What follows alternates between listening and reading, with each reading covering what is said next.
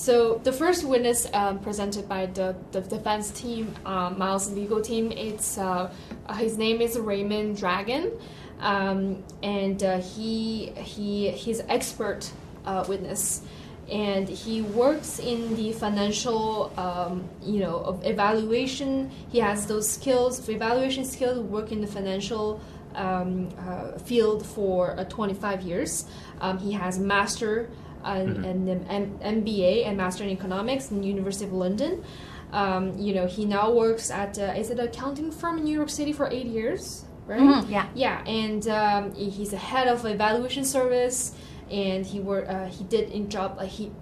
in the international bank for acquisition service, international trading, ventures. He has a lot of certifications. So he has all this background, all this knowledge that allowed him to give a testimony from an expert perspective.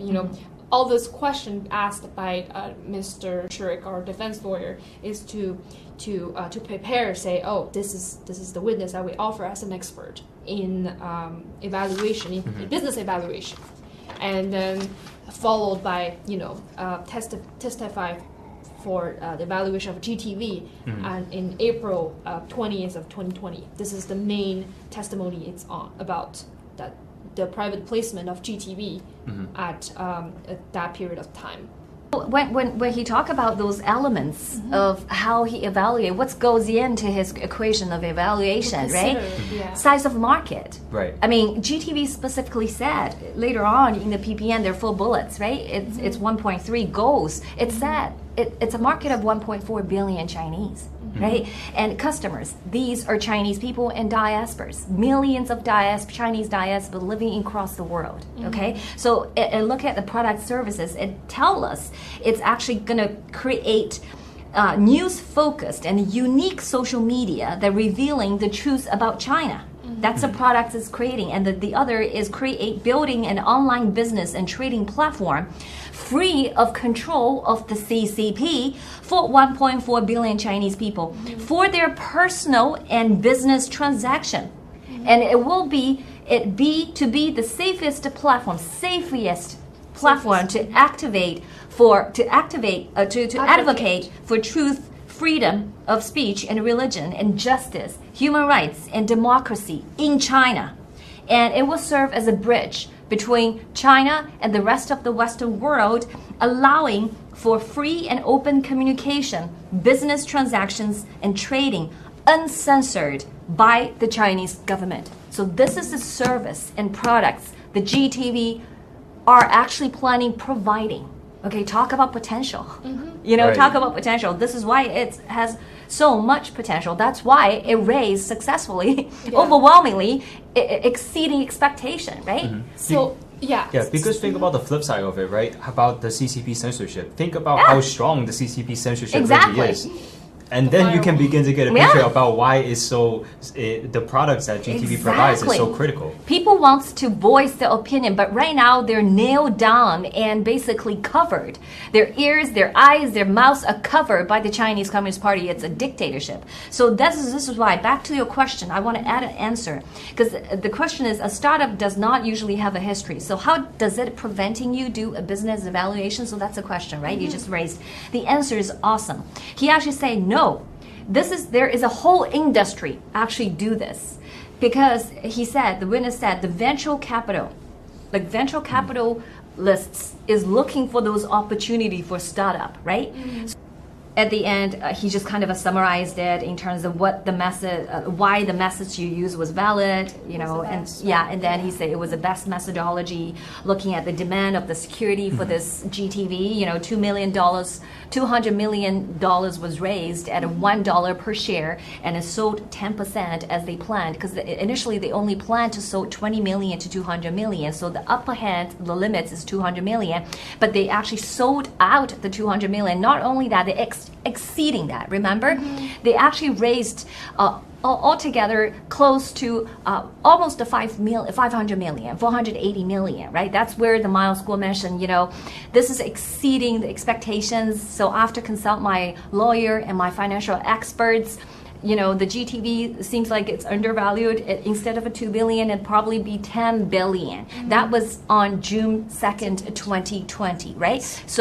But this was not indirect. So under the cross, the defense did brought that broadcasting, as I mentioned, June 2nd, 2020, and say, hey, Mr. Dragon, you testified 2 billion, but are you offering any opinions on whether the GTV is worth 10 billion? And he said no, because his task is not asked to do the evaluation in June. Right? And company changes all the time. He said, I only collecting information, do an evaluation based in April 2020. And when you mentioned June, no, I didn't. And I would need a lot of additional information to be able to give you an evaluation, whether I can opine on that or not. Right, because he has already mentioned a lot of factors you would need to evaluate. So That's all right. those factors could have changed by then.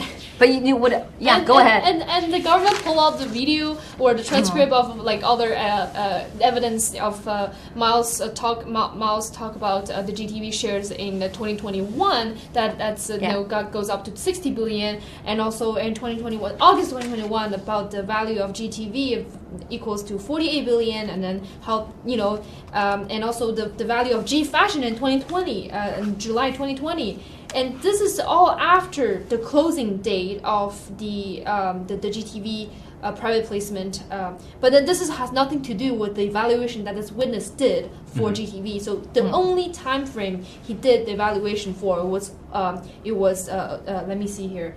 April 2020. Yeah. So this is this little window that opened for private placement to come in is this time period, and he only did evaluation and estimated value at that time. A lot of questions regarding G Fashion, the other GTVs. Himalaya Exchange. Himalaya Exchange too, and the GTV shares and after April 2020. That's not something he considered. It's a question he never considered in terms of the value of the company, because the value of the company changed with time. So he cannot give that That's answer. right. What happened after? But the prosecutor team, the lawyer Ferguson, just did not want to quit. He's beating the dead horse again and again and asking questions that he already clearly said, I have no information and I was not asked to do that. It was out of scope of my work. But again, he's just trying. It was of course, it's a failed attempt, but there's a very critical piece of information I want to share with you before we ending this show today, because this witness did mention about, I consider something, it's a weight. Okay, when he evaluated this evaluation and how accurate this evaluation would be, he mentioned about three prompts. It's very important to consider. He said, if the first one is the number of shares sold. He said, if I'm evaluating, if only altogether one share sold to one party, then it wouldn't be much value. But here it's 200 million shares sold. It's a very significant. Okay, so that's a factor one. Factor two, it's significant dollar amount. So if you offered the stock at a penny a share, okay, if you sold 200 million, then it's only 2 million. The total investment amount is only 2 million, so it's not a significant. But in this case, again, it's $1 a share. So 200 million would be $200 million, US dollars, and it's significant. Okay, so the third factor is the number of investors.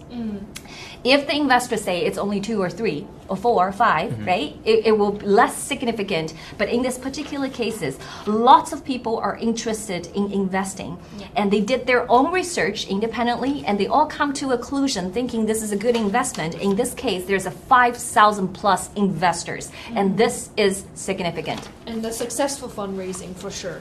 Yes. Absolutely. I think that is the key word, is successful fundraising. Yes. In this.